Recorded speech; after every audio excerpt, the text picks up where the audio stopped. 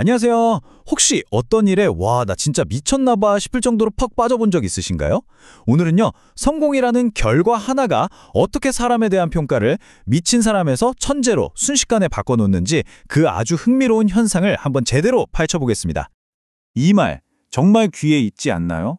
우리가 뭔가 새로운 걸 시작하려고 할 때마다 어김없이 들려오는 그 의심 가득한 질문 말이에요. 아마 다들 한 번쯤은 들어보셨을 거예요. 자, 여기 한번 보세요. 이 차이 정말 극명하죠? 과정 속에서는 미쳤다, 고집만 세다 이런 소리를 듣던 바로 그 사람이요. 결과만 좋으면 갑자기 천재, 선구자 소리를 듣습니다. 사람은 똑같은데 세상이 우리한테 붙이는 이름표가 그냥 완전히 달라져 버리는 거죠. 자, 그럼 첫 번째 이야기부터 시작해 볼게요. 도대체 왜 이런 이상한 일이 벌어지는 건지, 미친 사람과 천재 사이에는 대체 뭐가 있는지 한번 들여다보겠습니다. 우리가 정말 큰 꿈을 향해 모든 걸 쏟아부을 게 말이죠. 주변에서 막 박수 쳐주고 응원해 줄 것 같죠? 사실은 그 반대일 때가 훨씬 많아요. 오히려 걱정 어린 시선이나 쟤 요즘 좀 이상해 같은 그런 차가운 말들을 듣게 되죠. 그럼 도대체 왜 사람들의 평가는 이렇게 결과 하나에 따라서 휙휙 바뀌는 걸까요? 바로 다음 섹션에서 그 비밀을 알려주는 핵심 개념을 살펴보겠습니다. 정답은 바로 결과 편향이라는 것 때문이에요. 이게 뭐냐면요. 과정이 얼마나 똑똑했고 얼마나 합리적이었는지는 싹 무시하고 그냥 그래서 성공했어? 실패했어? 이 결과 하나만 보고 모든 걸 판단해버리는 우리 머릿속에 어떤 뭐랄까 버릇 같은 거예요. 그러니까 핵심은 진짜 간단해요. 대부분의 사람들은요, 그 길고 복잡하고 힘든 과정을 다 따라가 볼 시간도 마음의 여유도 없어요. 그러니까 그냥 눈에 딱 보이는 결과만 보고 아, 저 사람은 저래서 성공했구나 하고 거꾸로 스토리를 만들어버리는 거죠.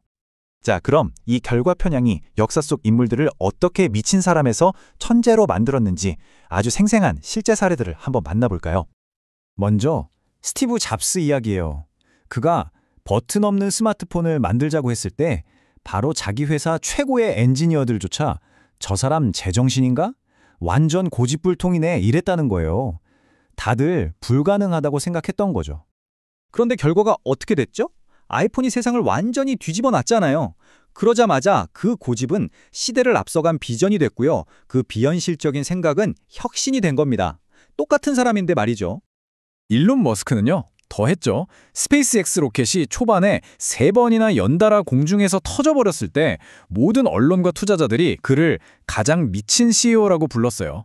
그냥 돈을 허공에 날리는 몽상가 취급을 한 거죠. 하지만 그가 마침내 로켓을 성공시켰을 때 세상은 뭐라고 했나요? 하루아침에 21세기의 에디슨이 됐습니다. 똑같은 무모한 도전이었는데 실패할 땐 광기, 성공하니까 천재성이 된 거죠. 정말 놀랍지 않나요?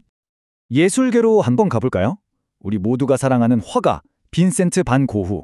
살아생전에는 그림을 딱 한 점 팔았다고 하죠.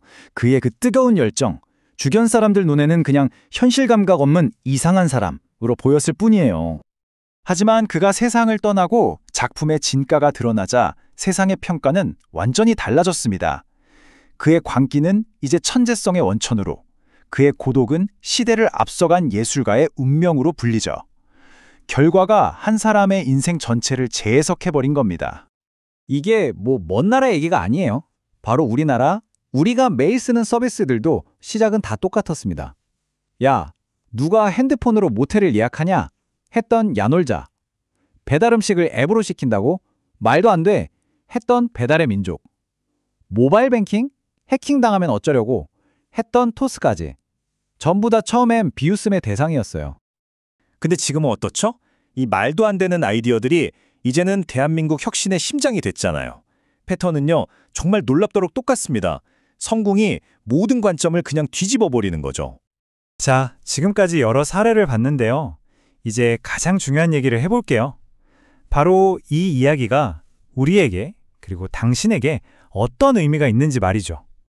혹시 지금 여러분이 무언가에 도전하면서 주변 사람들한테 오해받고 비판받고 있나요?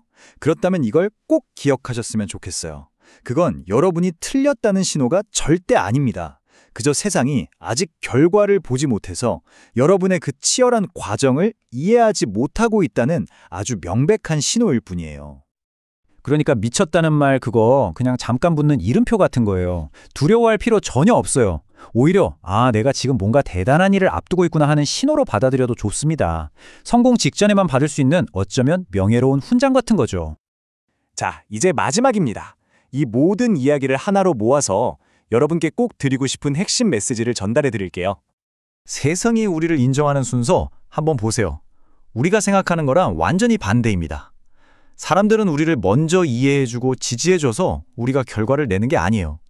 우리가 먼저 결과를 딱 보여줘야 그때서야 저 사람이 저런 생각을 하고 있었구나 하고 뒤늦게 이해라는 걸 하기 시작합니다. 순서가 완전히 거꾸로인 거죠. 그러니까요. 지금 혹시 오해받고 있다면 내가 실패하고 있나? 하고 자책하지 마세요. 여러분은 실패하는 중이 아니라 지극히 정상적인 과정의 한가운데를 지나고 있는 겁니다. 그러니 그냥 계속 나아가세요. 오늘의 그 집요한 몰두가 내일은 분명 천재성이라는 이름으로 불릴 테니까요. 마지막으로 여러분 자신에게 한번 물어보세요. 오늘의 나는 미친 사람입니까? 아니면 천재입니까? 어쩌면 그 둘의 차이는 어떤 사람이냐가 아니라 어느 시점에 있느냐의 차이일 뿐일지도 모릅니다.